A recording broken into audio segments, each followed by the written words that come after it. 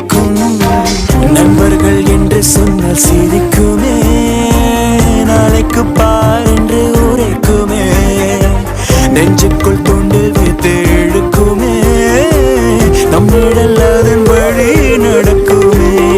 தடுப்பதை போல நடத்திடும் போதும் தத்தி தாவி கண்களோடும் அடுத்தது என்ன அடுத்தது என்ன அணையை தாண்டி உள்ளம் கேட்கும். இது சரியா சரியா இது தவறா, இந்த உணர்வினை விலக்கிட மனதுக்கு தெரியல. சரியா காதல் தவறா, வரமா இது வலையா, இந்த உறவினை புரிந்திட வயதுக்கு தெரியல. வரமா